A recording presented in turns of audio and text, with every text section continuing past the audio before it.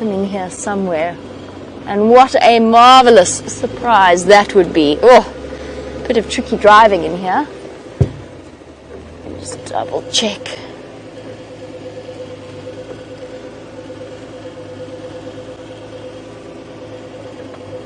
Any sign of her? See if there's any tracks on this road. So finding a lion den site can be a tricky experience. You've seen, while we've been watching the wonderful little cubs at the Buffelshoek den site, you've seen how well hidden that lioness is. And if we didn't know she was there, if the rest of the pride hadn't led us there, we would never have known that she was hiding out in that drainage line spot. So it is very, very tricky to spot them.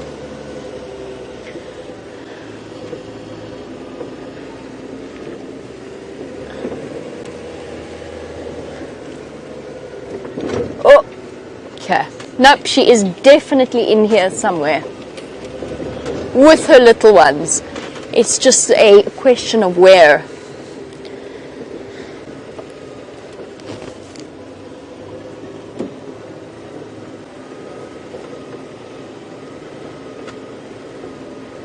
I'm just listening to the Game Drive comms updates about what's happening with this shadow sighting. My earpiece will not stay in my ear, I'm sorry. I'll try and keep it in. Oh! Okay, I'm sort of bitterly missing the road system that we travel on. Oh, this is going to be unpleasant. Gert, sorry, you're going to have to duck. I'm going to have to duck. There's some buffalo thorn waiting to grab onto any skin it can get.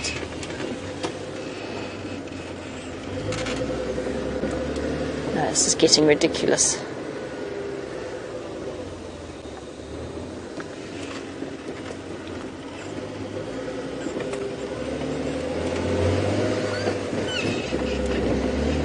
Okay.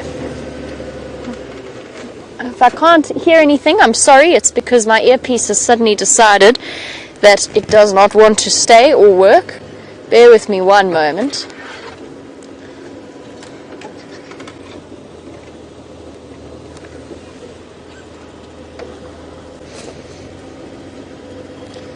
Okay, that appears to be better. Cool. Back in the world of outside communications once again.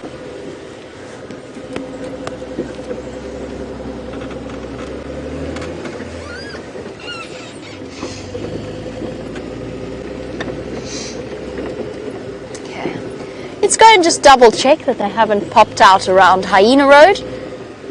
It's definitely not the lioness with the young cubs that is at Buffelshoek Dam where Brent started off his sunrise safari. And I know that because of the size of the lion cub tracks that I saw there. So they're about this big, about the size of my palm, which immediately puts them in the realm of slightly older lion cubs, not young lion cubs. And I think, you know what, it might actually be worth checking up on the old den site she was using on Nyala Road North. She might even be hiding out somewhere there.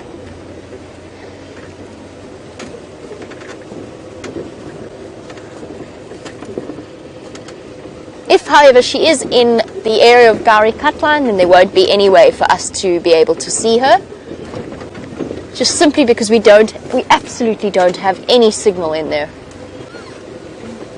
There we go, back onto a proper road, and we can resume our search. I think she's hiding in there though. While Brent crashes, well, not crashes through the bush, but goes off in search of Shadow, let us find out how that is going.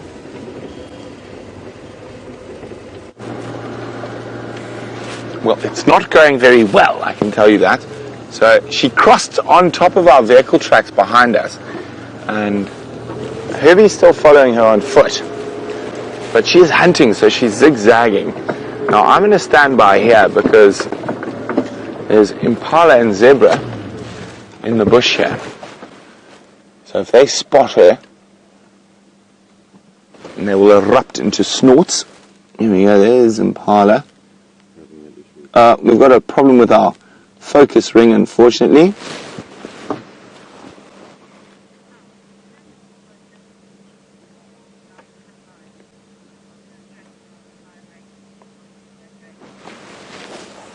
Okay, you can see the impala there. So I just want to stop and listen for a second.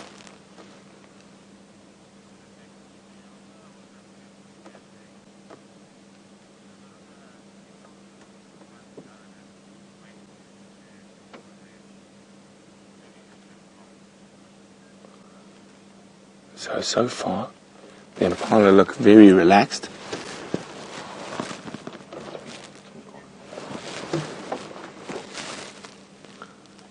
So, unfortunately, we can't zoom anymore because of an issue with our focus ring. Dave will try to fix it just now.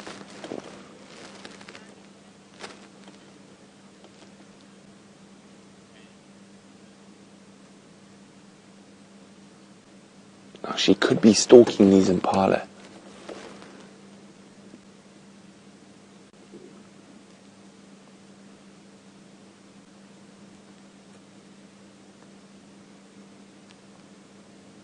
Now, they don't look very alert, so they don't seem to think that there's a predator present.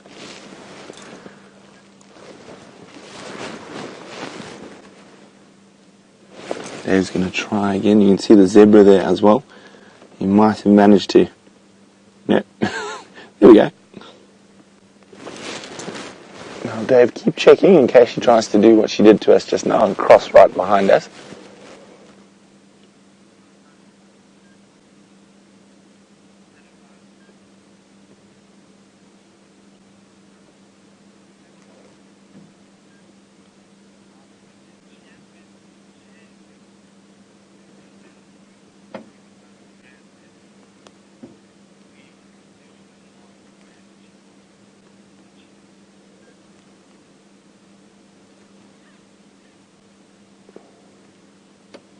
And we're just going to sit here and listen quietly. And how exciting that Jamie's got cub tracks on and around Gowrie Cutline. And while we sit here and wait patiently to see what happens, let's go back and see how Jamie's...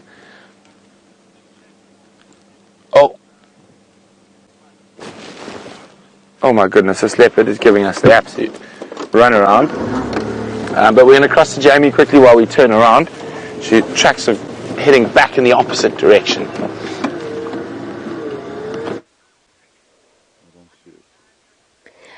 While Brent attempts to relocate Shadow, we've come along to Hyena Road.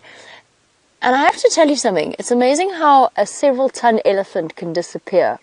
The only reason I saw this particular elephant, and it's not far away from us, is because it moved a branch. There we go, it's stepping out into the open now. But it's something that always amazes me about our lovely, gentle giants, is the fact that they can be so incredibly stealthy and quiet, despite being an absolutely enormous animal.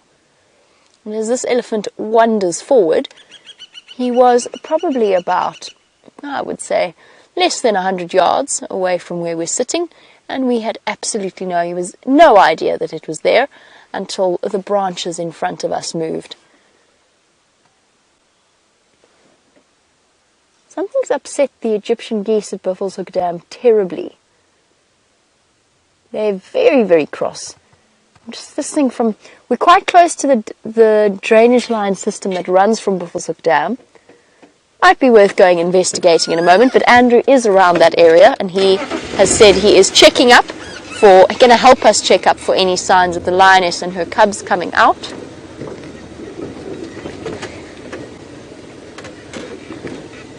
Now, Hyena Road is a road that sits on a seep line system.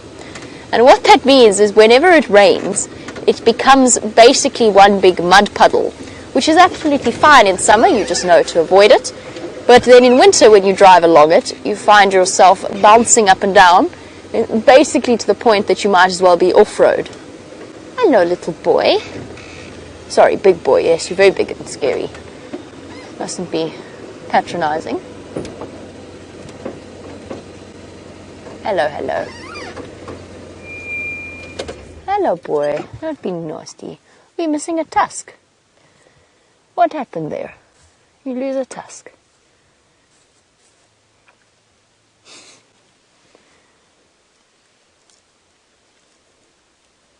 Presenting us with a lovely view.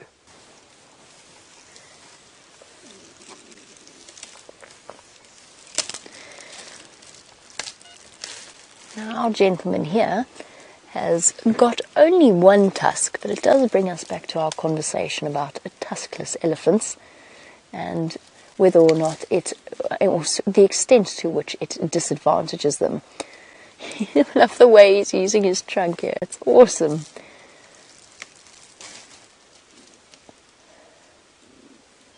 Is that yummy? Is that acacia tree yummy?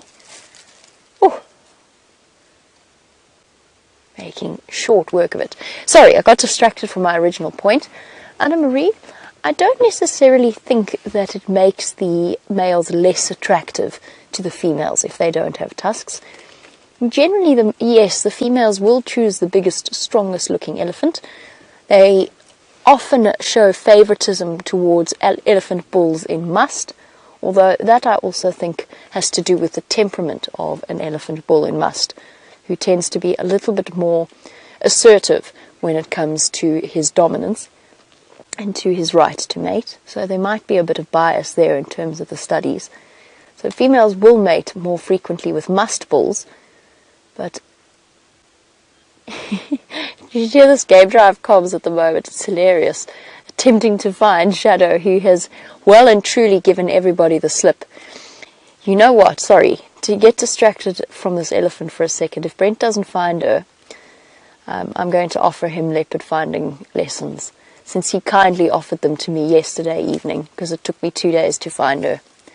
So he kindly offered me leopard finding lessons, and naturally I thought that was a lovely idea, as you can imagine, since I haven't exactly suffered for cat sightings recently. So perhaps if Brent doesn't find Shadow, perhaps I could give him a few tips and pointers. I'm sure that will go down very well. We'll see. You know, of course, now he's going to be thoroughly determined. Blue, don't pass that on. Too late. Too late, it's done. Thank you, boy. It was a lovely sighting. Now, his tusk, that is not due to any kind of genetic abnormality. I'm keeping an eye on him because he's looking at us out of the corner of his eye. That tusk is not due to a genetic abnormality. He broke that off. It might have been a fault line in the tooth itself. You know how some people have weaker teeth than others? Sometimes they're born with a crack in the tooth. That might have been the reason why he lost that tusk, or he might have broken it off when fighting or pulling with it, whatever it may have been. It may even have been an infection in the root itself that caused the tooth to fall out. And elephants do get infections at the base of their tusks, and it is, I mean, obviously they can't tell us this, but it must be unbelievably painful. Because just think, if a tusk can grow to weigh easily 3 times my weight, up to about 3, no, that's an exaggeration. Let's say maximum one tusk would weigh about, in the biggest tuskers of the world, about 160, 180 odd pounds, even up to 200 odd pounds. That's one tusk. Imagine how deep that root system has to be in order to support that weight. And then you can imagine what it must be like for them to have a crack in the tooth or something similar, the crack in the tusk, because that is what a tusk is, it's a tooth. And that infection to be sitting in the base of the root of that tusk. Oh, those of you who have experienced toothache, you can sort of sympathize, you can put yourself in the elephant's shoes, but can you just imagine what that must be like? And in fact, a lot of elephants that have been labeled as problem elephants, as grumpy, unpleasant elephants that are angry all the time, a lot of the time it's been because they have been found to have an abscess or something similar in their tusk. And it must be agonizing. It must shoot through into their head. And then there was, of course, the famous of the great tuskers of the Kruger National Park. And I'm going to move on a little bit. I'm going to keep going, just because our elephants are playing hard to get in the bush. They're the great tuskers of the Kruger National Park. There was one called Mafufunyan, the angry one, or the crazy one. and he was later discovered to have a big hole in his skull. When he died of natural causes, he had a big hole in his skull, probably caused by another elephant's tusk. Now, drumroll, has Brent found Shadow, or will I have to give him some lessons when we get back to camp this morning? Let us go across and find out. We're just standing by listening at the moment. She's been up and down, all around, giving us an incredibly hard time. So Aubrey's going to go stand by a little bit further on. Herbert and William are in the block tracking. So we're just trying to use our ears to find her now. A testicular little bird alarm calls anything. Now she's crossed behind us on top of our tracks once and on top of Aubrey's tracks once. So she's really giving us a hard time.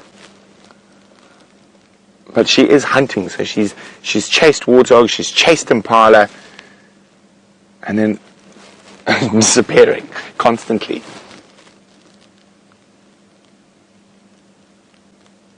So we're just using our ears carefully. I'm listening for any sound: a squirrel, an impala, kudu, francolin.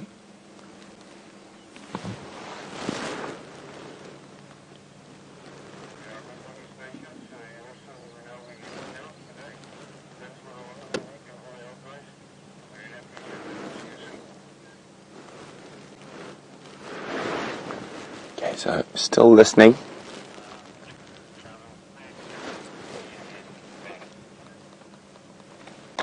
Oh, come on. Shadow, where are you hiding? I'm just going to try to get an update from Herbie shortly. He's been quiet for a while.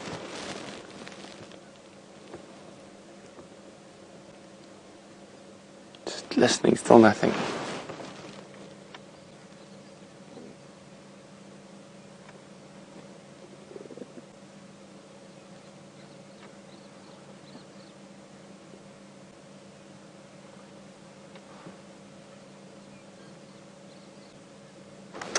All I can hear is a chin swat batis and a canary.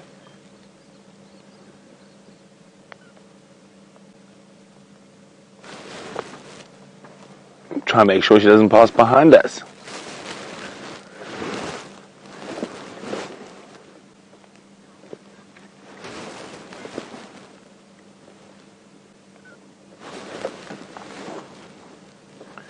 I said I'm just trying to get hold of Herbie. Aubrey's doing it for me.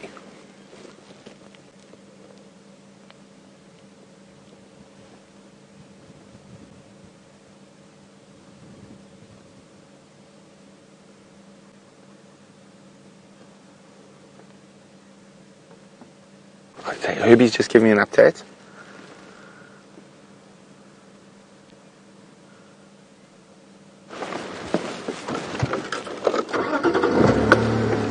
Okay, so it sounds like she's in the block but heading a bit further to the west of us. Now, Tom in Scotland's wondering if birds and animals ever alarm at the vehicles. Not really. Some birds will alarm at us when we're on foot, but not really while we're in the vehicles. The vehicle isn't really like any living creature out here. It doesn't move like an animal that's alive. It doesn't smell or sound like an animal.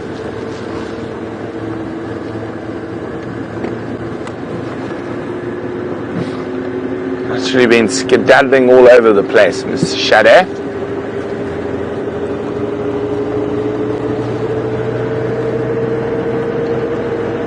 Now she's quite renowned for this. She ducks and dives and moves in all sorts of directions.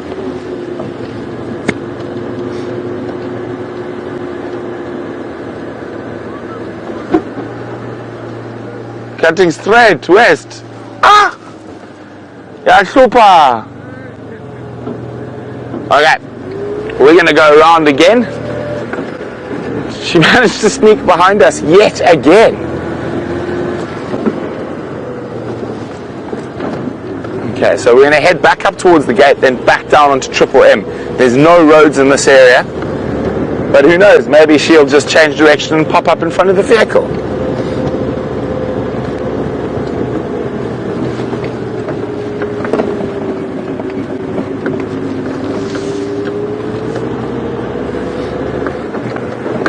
Well, Shamsun said, don't forget to check behind you, Brent. She might sneak up on you. Well, I would be happy if she snuck up on us, because at least then we'd find her. This zigging and zagging just behind the bush we can't see is a little bit frustrating, but also quite exciting. And I mean, we are on a live safari. We can't just produce animals on cue. So this is how it works when you're on safari. Often you'll spend the majority of your 3 hours searching for a big cat. The tracker's out on foot, and then at the end, hopefully, ba-da-dum, but sometimes ba-da-bleh, so you never know.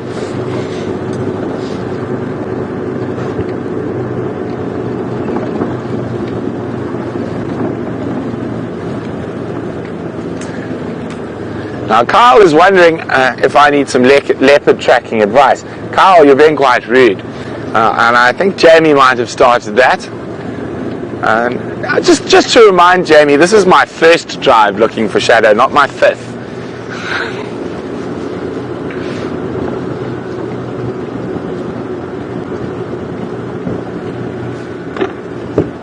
Okay. And let's see if there's any sign of any tracks here. Oh, Herbie's calling me.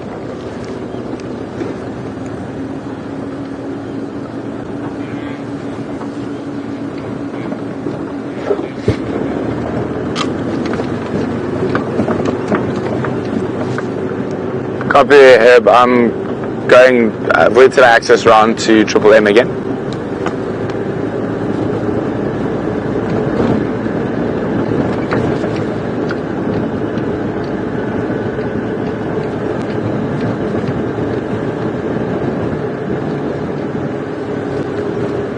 Okay, now, come on, shadow.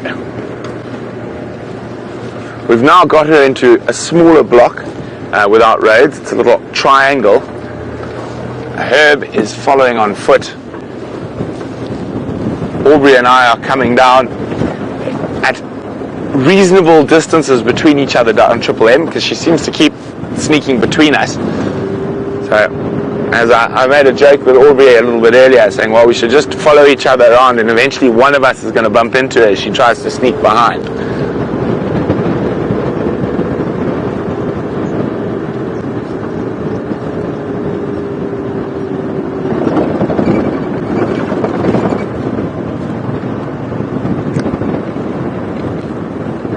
Okay, so here we go.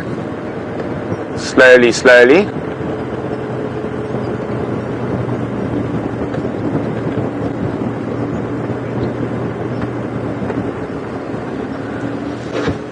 There's Aubrey ahead of us.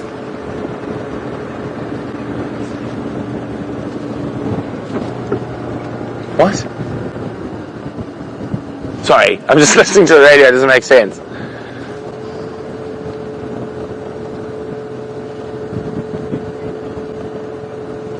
Oh.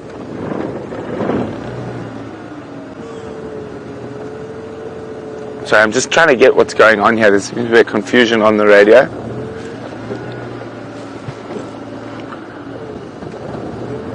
I think what we might need is a head clear, leave the area for 10 minutes and come back, but probably not.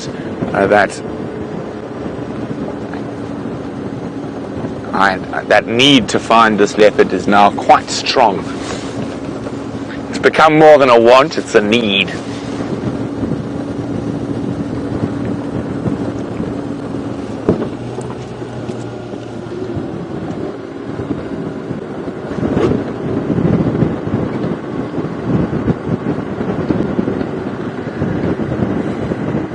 We're going to keep checking very carefully around here. So far, no tracks crossing out of Djuma, which is good news. And Shadow really likes this broken country in here. While we do that, Jamie's got something fluffy to show you.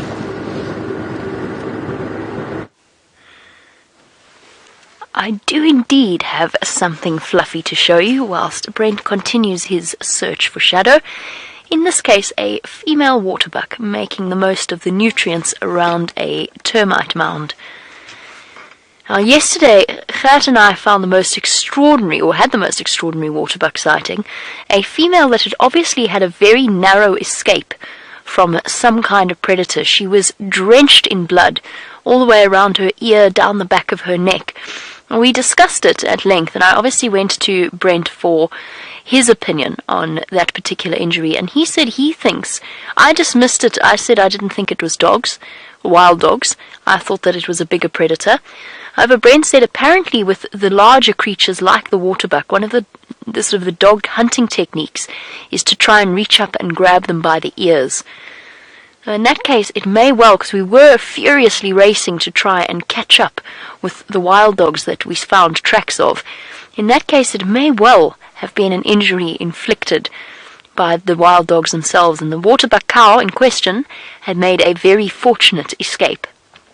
So a very intriguing sighting, and one that I learned a great deal from. And now I've stopped at this herd of waterbuck just to see whether or not there's any sign of that poor female, who, by the way, I think she'll be absolutely fine. She'll survive that injury.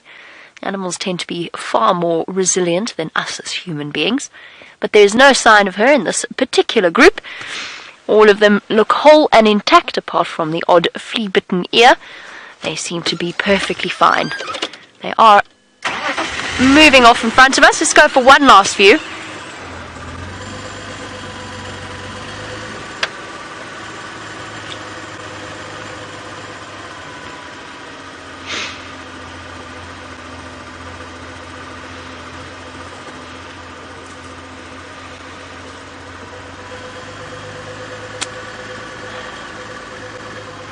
While we attempt to catch up with our lovely ladies, hello girlies, Justin has a question about our male antelope. Now, with the kudu, it doesn't often happen with waterbuck. The male waterbuck, of course, have horns. The females do not. It doesn't often occur with the shape of the waterbuck horns. However, with something like a kudu, with their spiraling horns, they do occasionally get locked together when they fight. Locked together to the point that they get stuck, they can't unscrew themselves, and very often one or both of them actually dies in that scenario. Now, Justin would like to know if we came across... Whoopsie! Panic! It's okay, girls. That was entirely self-inflicted, that panic. It pays to be on edge constantly, I suppose, if you are on somebody's menu out here. Justin would like to know if in that scenario we would interfere. The answer is probably not. I have in the past, Justin, and it was in a situation where the one party concerned, the one kudu concerned, had a clearly broken back as a result of struggling with the other kudu bull. The ending was not what I would describe as happy. It wasn't a happy moment for me. It wasn't a happy moment for anybody concerned, but I have interfered in that scenario. I won't go into any further detail because it's not something I look back upon with pleasant memories. It's a difficult one. That was a unique scenario. It was in a closed system. It's a very different situation to the one we're in now. Our policy is no, we don't interfere. We don't interfere with the animals in a situation where what is happening to them is part of the natural way of things. So unless it is as a human infliction, if there's a human cause behind it, if it's a snare, if it's a gunshot, if it is anything like that, something that has been caused by a human being interference, then yes, we will absolutely, not we personally, we don't have any such power as the Wild Earth team, but certainly in general, management teams will interfere and they will help the animals concerned. And even in certain situations in closed reserves with particularly endangered species, if there is an injury that we had many years ago, I won't say where, there was a rhino that had come into conflict with a hippo with a broken leg, and the hippo inflicted some quite nasty injuries on this particular rhino. And in that case we intervened because obviously rhino have enough to contend with and are endangered as a result of human interference, and therefore we did interfere in that situation, even though it was a naturally induced injury. It's always a tricky thing, it's always a very emotive issue, but for the most part, no, we do not interfere. And it's difficult to do. And just bear in mind that, let's say 2 kudu got caught together, how do you release them? You have to dart them. You have to put both of them you have to anesthetize both of them in order to release them, if indeed you can. You might even have to cut a horn off in order to do so. So now you have an enormous impact on the animal. You aren't guaranteed of its survival. Plus you've had to get a vet out. You've had to manage to approach them somehow. It becomes a very, very complex operation. So for the most part, no, we would not interfere. But it's a difficult one. It is really, truly one that nobody ever likes or enjoys seeing an animal struggle or suffer.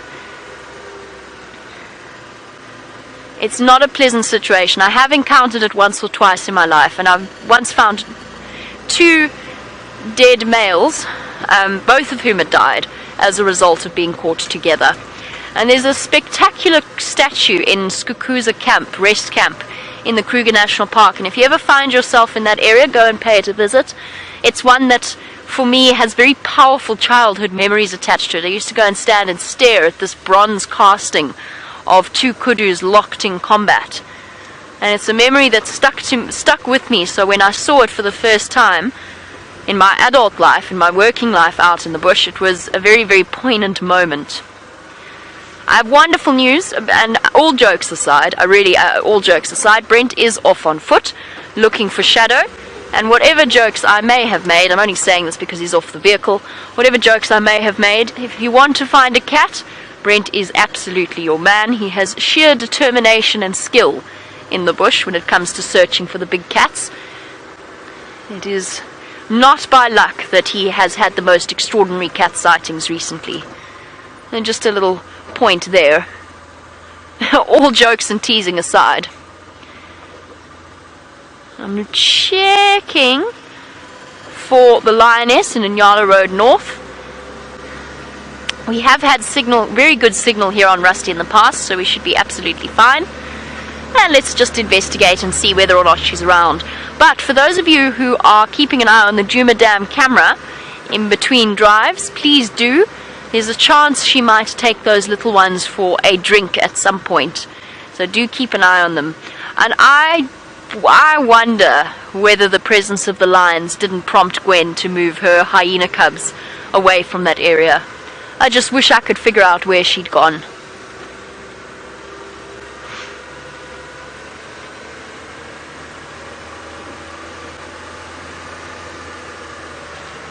Oh, there we go.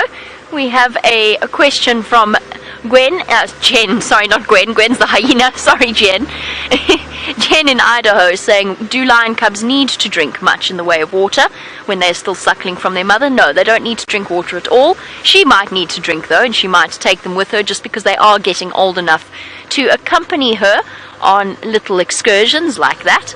But no, they don't need, while they're still suckling, they don't need to drink from their mother. I mean, to drink water, they drink from their mother. They get all of the nutrients and the moisture that they need from her milk. However, we are almost getting to the stage where our little lion cubs, who must be close to 2 months old now, we're not sure of their exact age, but they must be around 2 months, maybe even a little bit older. They're going to start weaning very, very soon and eating meat only. And as a result, then yes, they will need to go and drink just as regularly as the rest of the pride. Oh, I'm so excited for our lion cub sightings. We're going to have so many magical moments as our little sets of lion cubs get older and bigger and stronger. They're going to be gambling with the rest of the pride, and it's something for us to eagerly anticipate.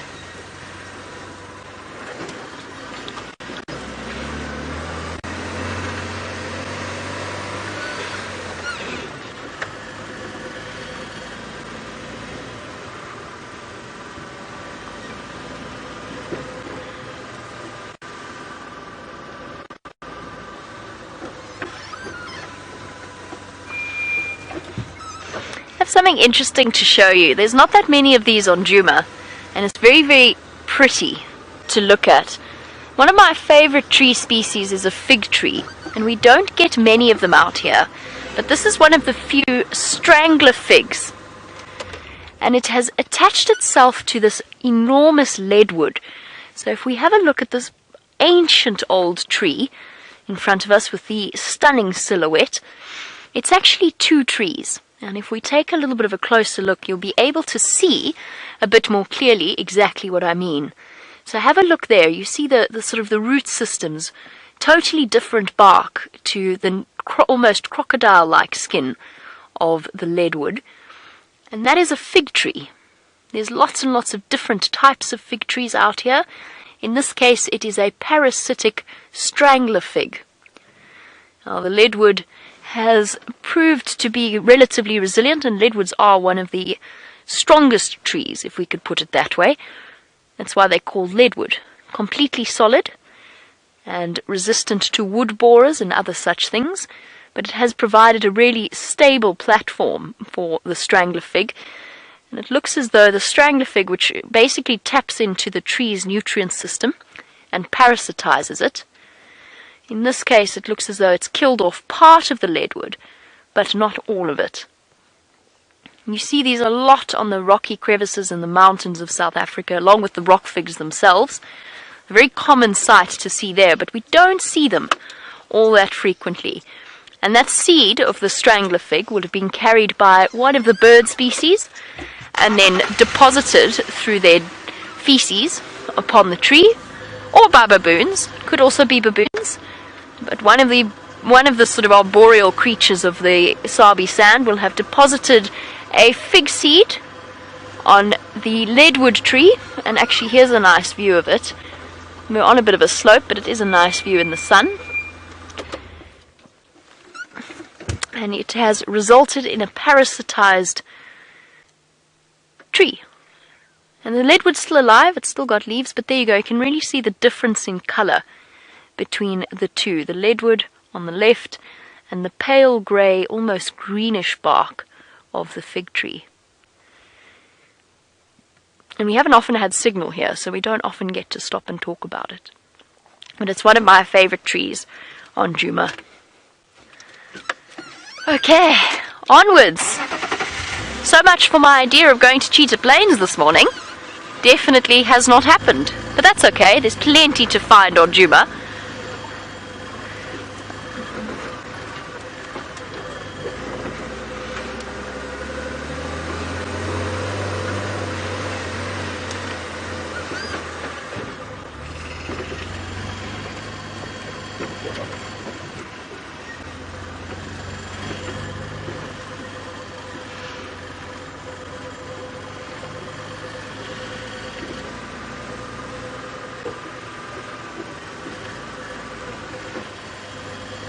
Aha! Rich in the United Kingdom, good morning to you and welcome to the Sunrise Safari. Now Rich is relatively new to our Safari Live experience and has a more practical based question about something that sits on the front of our vehicle and basically occasionally makes our lives a bit more tricky when it comes to off-roading, but otherwise results in some extraordinary things. That, Rich, is a VR rig, or a GoPro, or a virtual reality rig made up of 7 GoPros in a ball. Now that's obviously GoPro 5, in case you needed a translation there. You can see it's flashing blue. That basically just means the wireless is on and connected to the remote. Now, Rich, what we do is whenever we come across an extraordinary sighting, odd degree view. So you've got a video clip that you can look around. So depending on what particular platform you're using, if it's a phone, if it's a smartphone, you can do a little scan of the area and it moves with you. So it's virtual reality. You know those fancy headsets that a lot of the phone companies have been advertising now? You slot your phone in and you look around. That is what that records. And we usually wait for a sighting where we've got animals very close to us. The best ones we've got have been with elephants, and we pass on those video clips or those clips and they get utilized in certain ways. So that is what our virtual reality rig is for. If you want an example, you can Google, I'm trying to think, the only one I think we've got at the moment that is accessible to the public is the Naughty Elephant.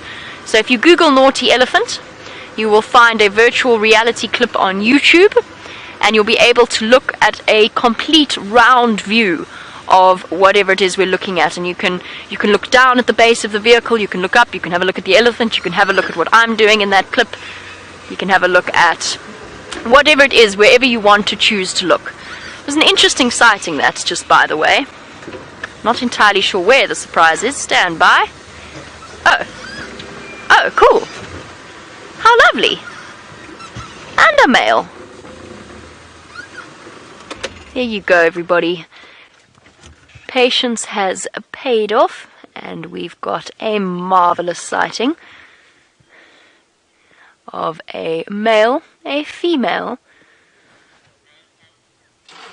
and another lioness a little bit off to the right, having a quick drink at Buffelshoek Dam. Now, does that male look very young to you? Who have we got here? I'll have to get closer. There's, that's a surprise. No, surely not. My instinct says it has to be a Birmingham boy. Just naturally, but okay, now we've got to go a little bit closer. Okay, bear with me, we're going to reposition and we're going to go and find out immediately which particular male this is. Yay! We've got some lions on our live safari, and we just have to say a big thank you.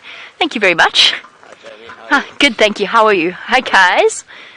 Tell me, where's the one that has got the cubs? The cubs. There's if you go along the fire break, just sort of between Buffelshoek Dam and Buffelshoek East, you'll see the 2-track that goes in there. If you go along the fire break, you'll see it there. She wasn't there this morning, but she might have come with this group now to go feed them. Oh, I think this might even be her. We're going to go a bit closer and investigate. Yeah, that looks as though she's Cheetah still. There's 3 mothers. Okay. Wonderful. Thank you so much for this. Right, cool. Enjoy. Thanks very much. Cheers. Guys, some exciting stuff. I'm going to reposition to go and see these lioness and the male lion. While I do that, let's head back to Brent for a quick update. It cannot be. So, no sign of her just yet. Herbie and I are heading back to Last Tracks for another walk. Or I think she might have got the better of us so far. I might, if I have no luck on my little walk, I'm going to head back down towards Impala Plains. Maybe she doubled back towards where we think she left the cub. So while we do that and race down the western edge of our traverse area, let's go to Jamie and those lions.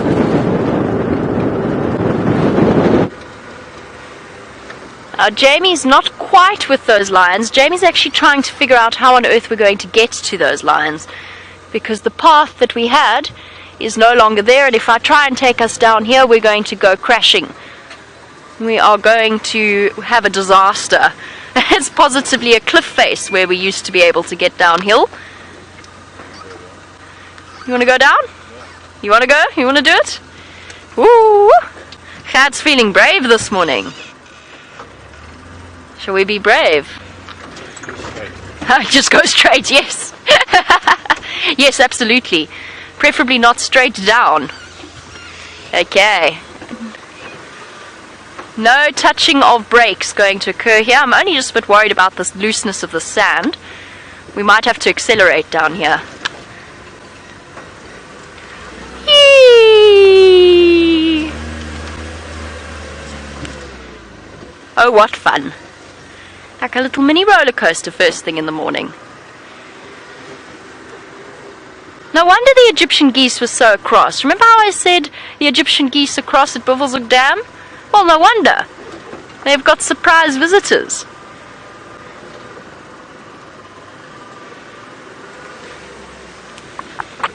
Okay. Let's try and find a nice position. Hello, boy. Okay, not as young as I thought. Hello, boy. No, this is a Birmingham boy. I thought for one heart-stopping moment that perhaps the young Nkuhuma male had returned. You know, in other words, Junior. And that would, whilst we are always happy to see Junior, that would not have been good news at all for our new lion cubs. Sorry, I don't know where my voice has gone. It will come back to us in a moment. There's our two ladies, looking out calmly across the water. Who have we got here? Is that Amber Eyes on the left? Difficult to see in this light. I think it is. Yes. Hello, beautiful.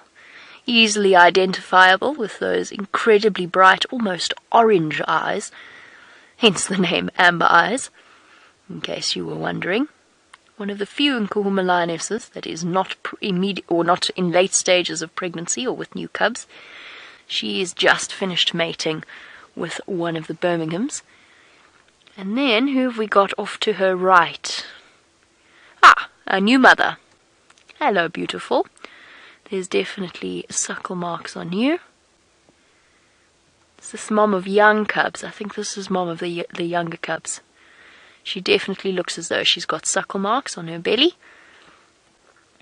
So it's one of our new Nkuhuma mothers. I have yet to see the mother of the youngest set of cubs clearly. I've only ever seen the back of her. So it is lovely to see her. They're looking very round-bellied. It might even be... Oh, look at those clear suckle marks. Oh, beautiful. Somebody's got babies. And one very round belly. Nice to see that they have eaten. The Birmingham boy has eaten as well, so they've been sharing a kill somewhere along the lines. Oh, that was very flirty, Amber Eyes.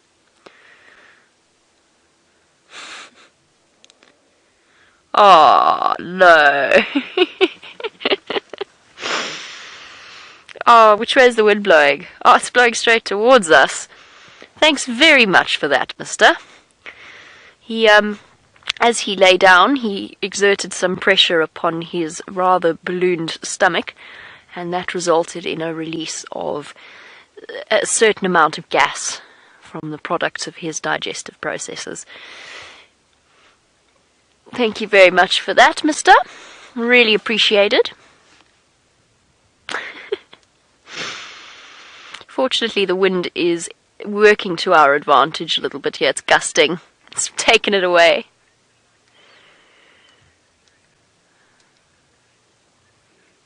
Ooh. What's up, boy? What's there? Is there another male lion going to come and join us? He seems restless. He's looking off into the distance. Oh, what's around his face? Has he got blood around his lips? What has happened to you? Is that from a kill? Or is that from an... Ooh! Ouch! Ooh! Yeah, absolutely. Not for sensitive viewers. He has got an enormous gash on the side of his face. It's... Oh! Goodness. That gave me the thrills there. The shivers, basically. Ouch! Now that has not come from an injury related to hunting. That's fighting. He's been fighting with another male lion. It could be a member of his own coalition. It could be another male in a different territory. They were up in Manuletti, so perhaps they might have encountered the Salati males. Sure. Sorry, guys. Definitely not for the faint of heart, that. And it's clearly hurting him, as you can imagine. He's missing an entire portion of his lip. And that will never grow back. He'll be fine. It's not a life-threatening injury. But, sure. I wonder what on earth happened to this particular male lion. These animals are incredible. The life of a lion, a male lion included, is not glamorous. It really isn't. Oh, shame. You can see him twitching, scrunching up his face. That's really sore. That's really very uncomfortable. Shaking his head, trying to relieve the pain a little bit. No wonder he sort of was a bit skittish when we pulled up. Oh, I don't know about anybody else. I'm not particularly squeamish, but I'm feeling a bit like the hair on the back of my neck is standing on end right now, just because that looks so incredibly uncomfortable. I wonder how that happened. Right, sorry. I got distracted actually from the question that came through. He might be looking up for the rest of his coalition mates. And the Birmingham Boys are a collection of brothers and cousins from a pride known as the Birmingham Pride that came from a farm, wait for it, guess it, called Birmingham, that is connected to, well, it's connected to the Timbavati, which is open to the Kruger National Park and Baluli and down to the Manuleti and so on and so forth. So basically he came from this reserve that we're in, just a little bit further away. And typically male lion coalitions are formed by litter mates or cousins or brothers from the sort of similar generation around the same age of male lions that, because safety in numbers is a huge advantage in the male lion world, move off together. The Birmingham Boys started off as 5. They are now down to 4. But it does bring us to Siberia Zumi's question about whether or not the Nkuhuma cubs, if they are males, will form together or as a coalition. What is the likelihood? Exceptionally likely.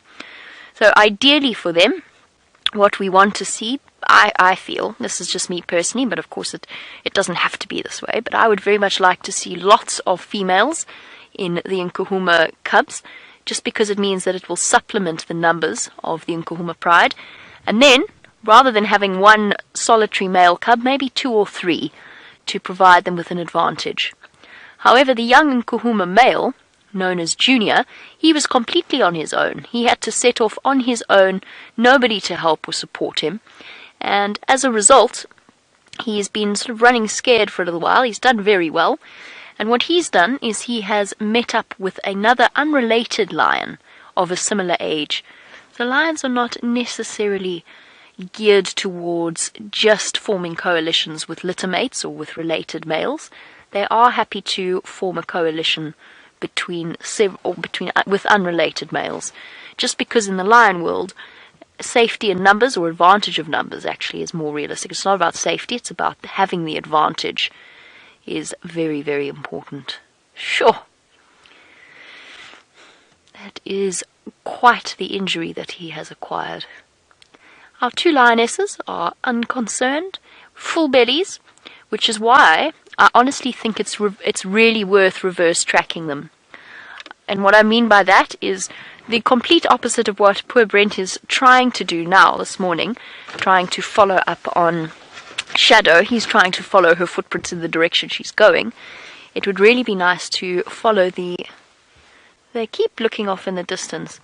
I'm going to keep watching off in that direction.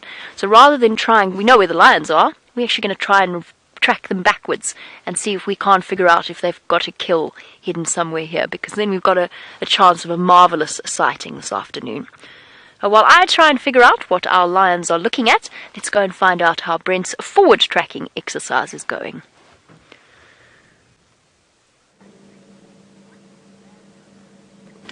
So, still no luck. We're sitting and listening again. Herbie is in this bush here. He's got some tracks.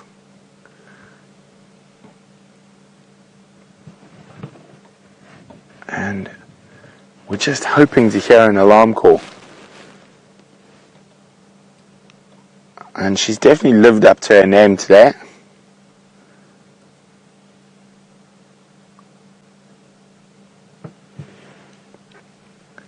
No sound, so let's keep moving. And we're going to keep looping because she's in here somewhere.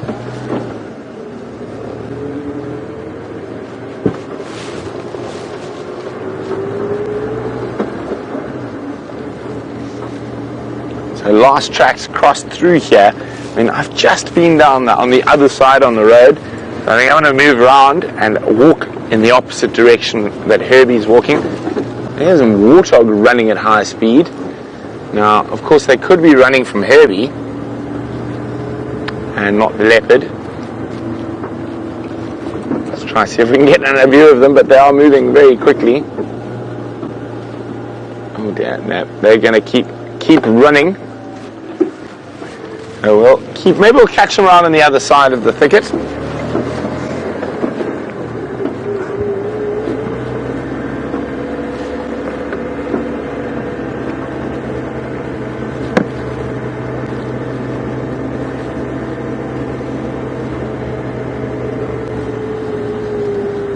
Okay. Oh, come on, Shadow.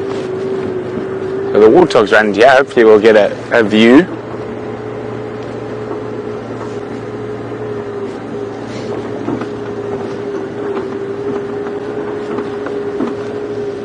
Now, of course, hopefully those warthogs run into Shadow. And I can't see where they've gone. They must have stopped in the thickets here somewhere to the west of us.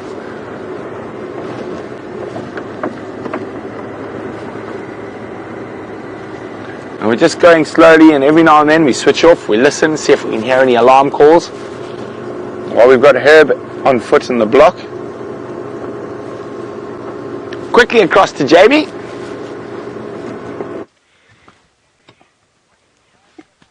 Guys, we found what the lions were looking at. I know it's right behind us, so it's really difficult for Gert, but just look who's come to join us. Yes! What an awesome sighting. Hello, little monsters. Delectable little monsters, as Brent calls them. 1, 2, 3. Little bundles of joy. Oh, magic. What a stunning surprise. Tax 2 Mama Fuzzies with 3 Mapimpans approaching. Ah, yay, this is so wonderful. We're going to turn around, reposition quickly. They're going to come for a drink. Oh, this is so special. Special, special, special.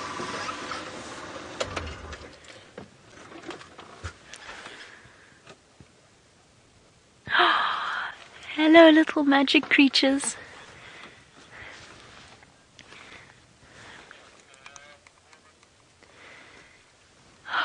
I don't even need to say anything. They're even going to go and have a drink.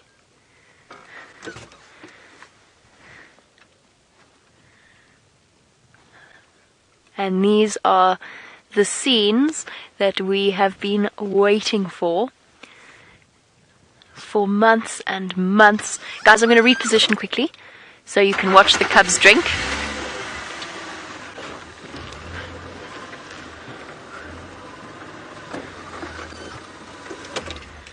Look at that. Perfect little miniatures. What a stunning surprise.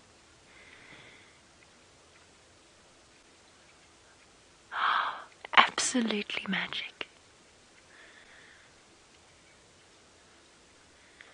Sure, I hope all of our new viewers stayed on board with us.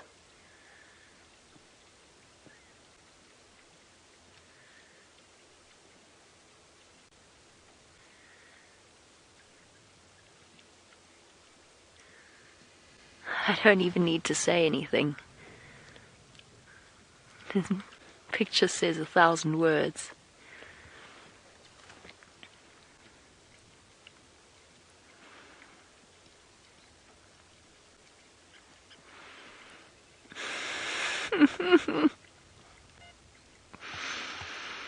Are we happy? Yes, we are happy.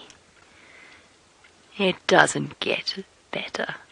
Oh, you sleepy little one, your parents have been walking you hard. Oh, what's that? Is that mud? Is that mud on your feet? On your little paws?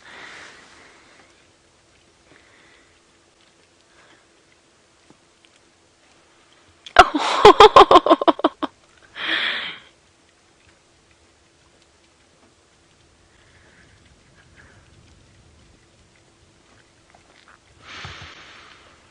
Oh my word. Oh! Angry elephant somewhere. Oh, look at these. Lapping away at the water. This is just so perfect. We were talking about lion cubs drinking, and the fact that they were going to start needing to because they're going to start feeding off kills. All of our lions here have wonderfully full bellies, so they've obviously been on a kill somewhere.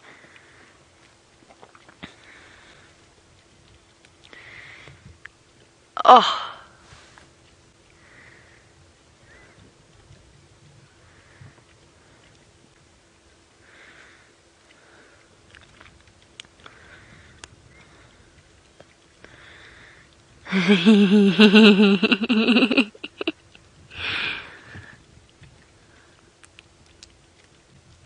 Some fantastic commentary from me, sorry. It was just too cute.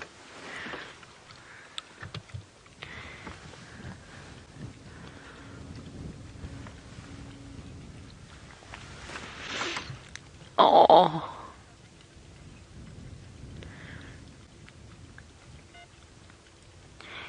And there's a definite sense of curiosity here with our little lion cubs. It's clearly one of the first times that they've had to walk up to the muddy edge of a dam and lap away at the water. Clearly don't have any problem with getting their little paws wet. Shamson, no, the lion cubs won't play in the water. They might walk into it, they're not afraid of it, and they are at this age more than capable of swimming.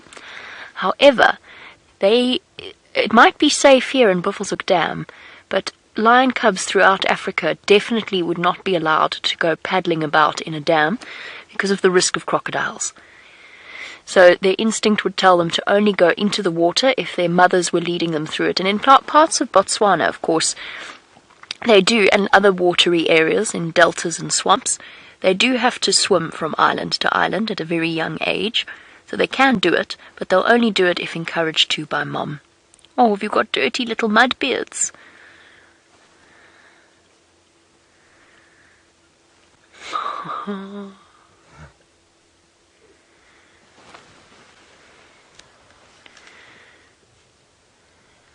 Well done, big girls.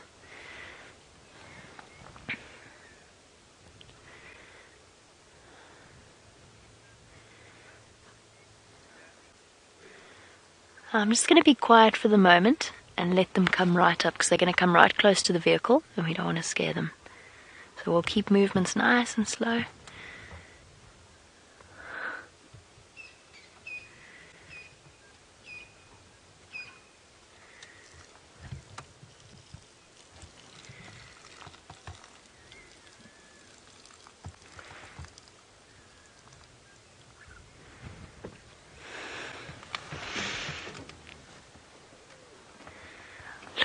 Guys, we're going to get to see them meet each other.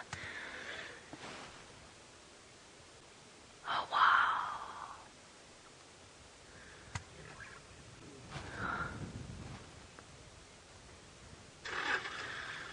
Ah, stunning. This is just such an incredible sighting. It is so, so special. Oh, a little bit of hissing from new mom. Oh, she's still feeling a bit grumpy. Contact calling from between the cubs.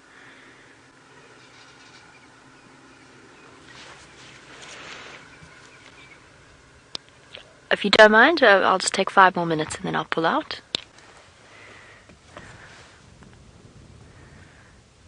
Family photo. Family photo. Look at that. Take plenty of screenshot, guys. We can't stay for too long. It's a 2-vehicle lock, and there are other people that want to come and join us, but this is just magnificent. Oh, wow. Absolutely, Gert is spot on. A family portrait.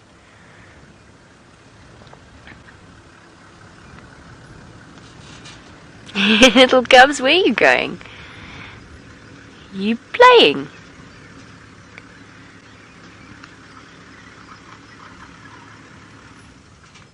Oh, absolute magic.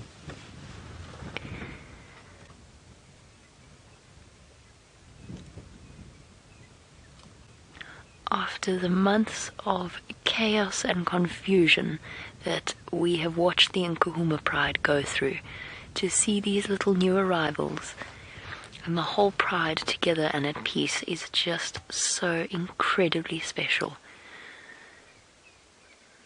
Since the Birmingham Boys takeover a year ago, we've finally got to the point where the Nkuhuma Pride can start recovering, have their new cubs in peace, and raise a whole new generation of fierce predators. And they do look very fierce, don't they? Awe-inspiring and terrifying, striking fear in the hearts of all creatures, especially with their muddy beards. So, the Nkuhuma Pride, 5 adult females, at least 6 cubs, so 20, what is that, 11? Plus probably another set of cubs that will most likely number somewhere around 3, which would bring the Nkuhuma Pride from 5 last year, after the deaths of 3 lionesses throughout the previous few months, and the loss of Junior. We've got the numbers right up to potentially 15, but at least 11.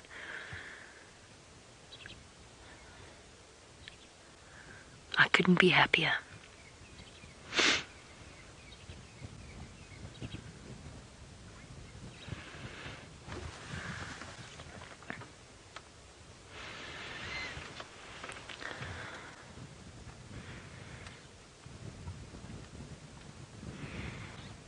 And Felicity, absolutely, our little lion cubs are incredibly strong and stocky at this point. Lion cubs are, first of all, very quick growers, and then secondly, they are powerful little beasts, even at this age. Would they be strong enough to pull a piece of meat away to chew on themselves? Yes, they would be. Now, although they are only about the size, and they're shorter, but about the size of a domestic house cat at this point, they are far stronger and far heavier.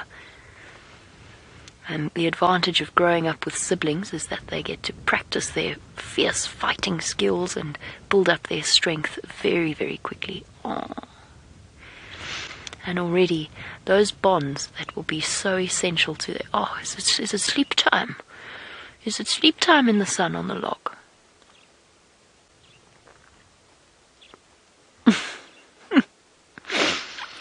And yes, already they are very, very strong. Sharp claws, razor-sharp little milk teeth.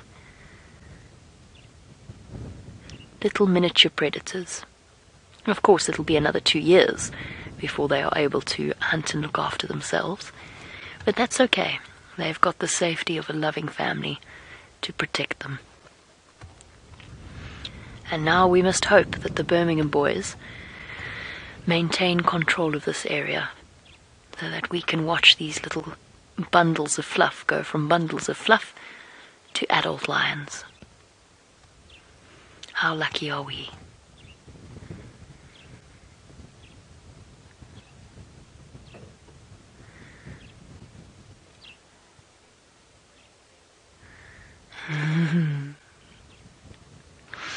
James Richard says that he's going to be going to bed with a smile on his face. What an incredible sighting.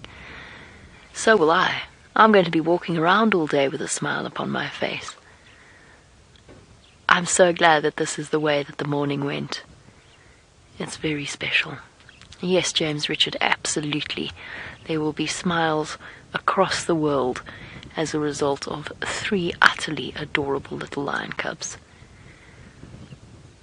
You're chewing on your sibling, Half-hearted attack from behind. Okay, guys, just another minute, and then we must go. Oh, but I don't want to. But we have to. I'm sorry.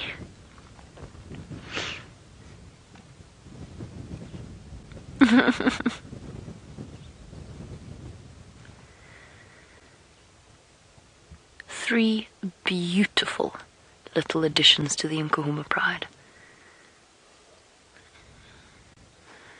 Innocence personified, sort of. and with no idea just how special they are to so many people across the world.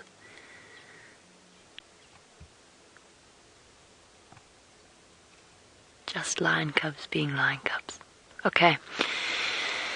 This is going to wrench my heart, but it is time for us to go.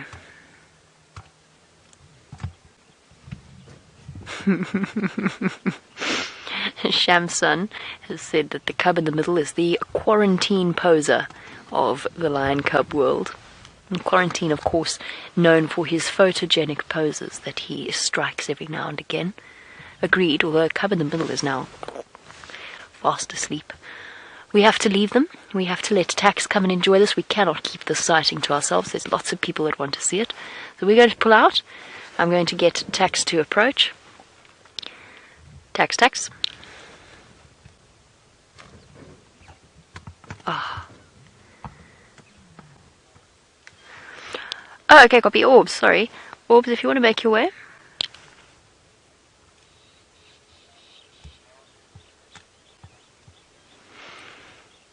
Stunning. Sorry guys, it was Aubrey that is waiting to come in on this sighting. His radio is suddenly working properly, which was the reason behind my confusion.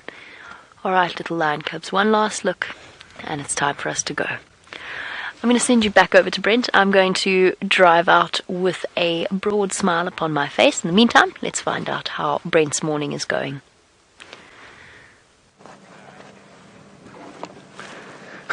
So, Shadow has continued with her nonsense, and there's no other way to describe it as nonsense.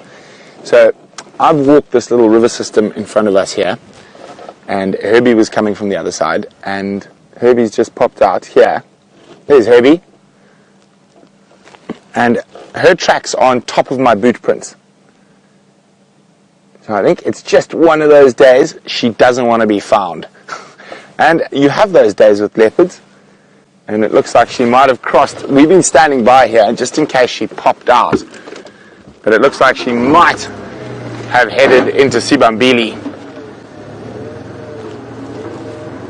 Have a quick look. But we're going to keep moving. I think let's go see if we can find some Ellies before the end of drive. And unfortunately, I think today Shadow has got the best of us. Well, this morning at least. Cheers, Herb. Good luck. She crossed. Behind us. Again. Alright. Thanks, Herb. Okay, thank you, John. Okay, so she gave us the runaround. Oh, there she goes. So while I was walking, she obviously came behind Dave and across. Let me just let the guys in the west know.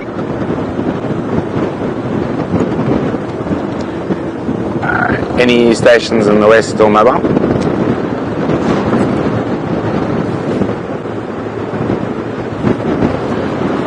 Sounds like they're already all home for breakfast. Just a quick check on one of her favourite termite mounds. Nope. If any stations copy me, Shadow has crossed into Sibambili, just to the south of One Eye Pan.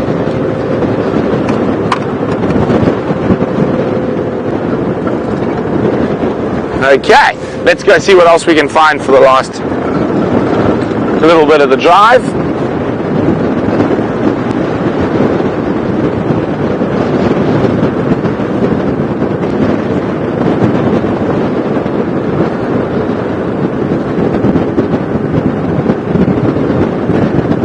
Joshua is wondering what are some of the challenges we face as a cam ops and presenter team. Well, I'd say one of my biggest ones is Gendre's singing. Hat's flying off. My hat? Hat's flying off. Hat's flying off, yes, when you're in a rush to get somewhere and cam ops doesn't have their hat on properly and it disappears, and then you've got to reverse and go find their hat again. That's quite a challenge. But I think from the cam op side, it's probably following our narrative.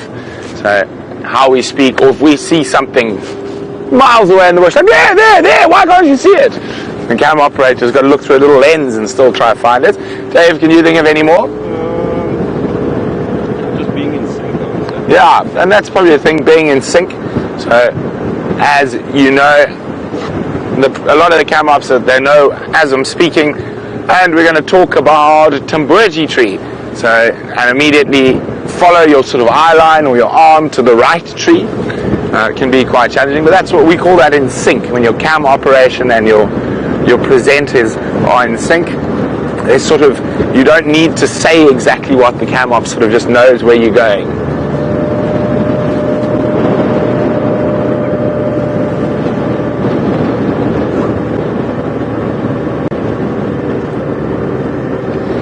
Yes, and of course, I don't have it with me today,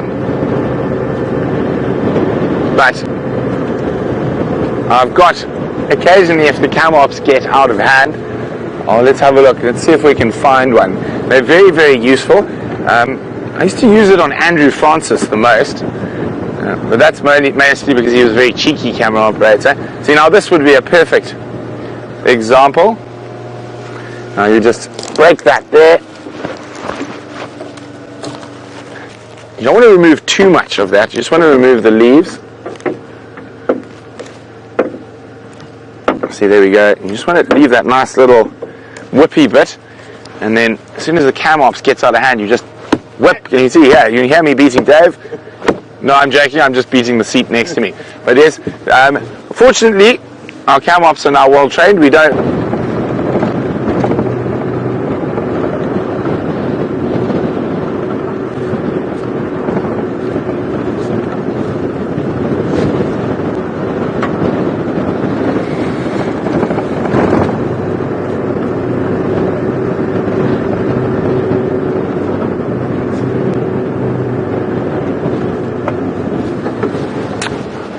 Hi, Michael! Michael's 18 years old and he'd like to know what is one of my favorite things about growing up in the bush.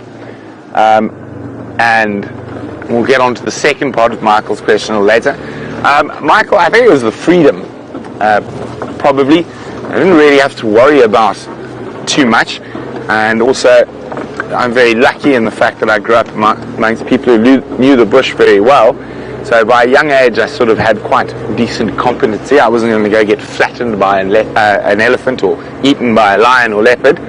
So from teenage years, I was allowed to sort of take a vehicle and wander around by myself.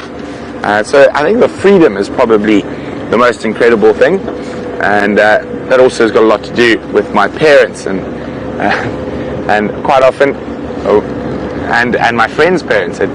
We would be sort of 15 and they'd give us a car, some food, and say, go away, stop getting into trouble. And so we'd go find a spot in the middle of the bush in one of the concessions in Botswana, and we'd take our fishing rods and set up camp and spend 5 days there. We just had to check in once a day on the radio. So I think the freedom, and also that goes down a lot to our parents, who felt comfortable enough with us in the bush to give us that freedom at a very young age. Now, Michael is also wondering about becoming a wildlife photographer and would like to know if I've got any camera tips for him. So, Michael, I've got zero formal training when it comes to a camera, and basically the only tip I can tell you is just to play. Play with your settings, learn the camera, and I know a lot of people might disagree with me. Read the manual. It makes a huge difference if you understand what all the abbreviations and the menus mean.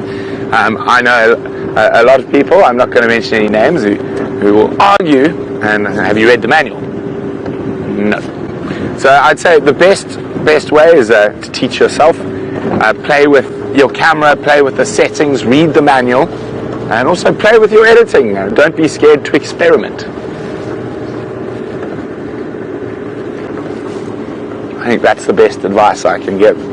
Now I'm hoping we're going to find some ellies around here somewhere. I thought I heard some crashing while I was trying to find the elusive shadow.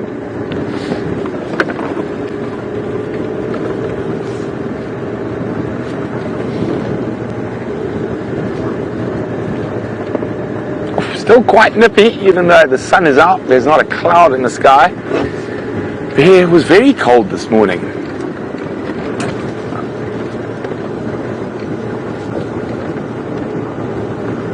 Okay, so I thought those ellies were in this area here somewhere. They could still be deep between roads, but we'll give it a bash anyway.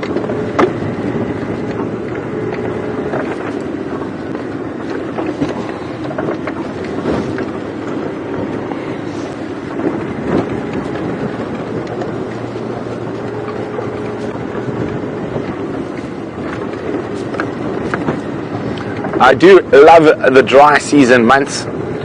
Tracking is so lovely on the sand, and the different colors you get to see. Oopsie. And if we have a look here, you can see the various different colors in the bush.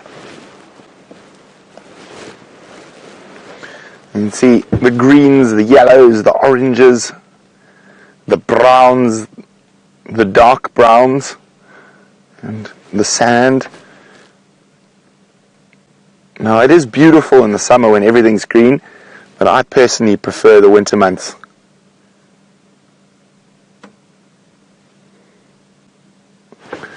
I'm going to keep, I was just stopping also, not only to show you the view, but to see if I could hear where those elephants are. And unfortunately not. Jackie's girl is wondering, how long has this drought been going on for?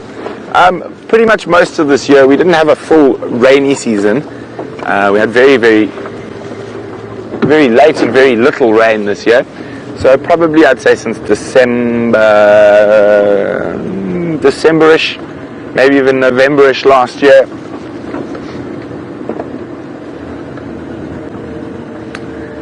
And the drought has made for some spectacular viewing though. Seen lots of little things that you don't often see. We've seen a lot more honey badgers this dry season. Jamie had a serval on a kill, African wildcat, civet, pangolin, so quite exciting. Now the reason for this is there's almost no grass cover for all those little critters to hide in. So from a game viewing point of view, droughts are actually very good. Not much grass cover for the animals to hide in. It's much easier to track the predators. It is also a time of plenty for the predators, so far more likely to find them on a big static kill. But that's dry season in general, and obviously that's just increased during the drought.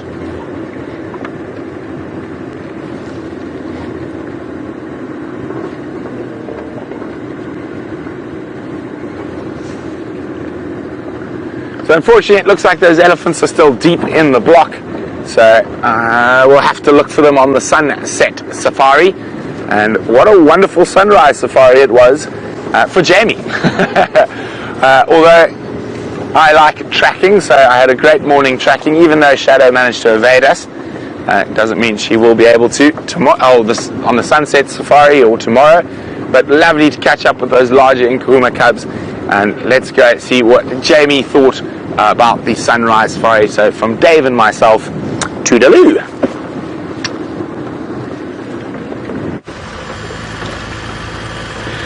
Well, I think it's safe to say that it has been a marvelous sunrise safari all around. I'm still riding the high of that incredible sighting. Moments like that are just so phenomenally special. And just think, every time we go back to Buffelshoek Dam in the future, we will always think of that incredibly special moment where we had the Nkuhuma cubs barreling about, having a little drink. Ah, so special, it gives me the shivers, although that's also the icy wind that's blowing up in our direction. I also have no doubt that if Shadow hadn't decided to go to Simbambili, that Brent absolutely would have found her. A marvelous morning all around, smiles all across the globe. Nothing warms one's heart quite like little lion cubs. Truly special, and I'm so glad we got to share it with you. Woo! There's a gale blowing up Gowrie Cut Line. And we found our lioness in the end. Took us a while. At least we know those cub tracks were fresh. We just weren't quite looking, or we did end up finding them. We just weren't quite in the right place just yet. Very, very special. I'm not sure I can top that today.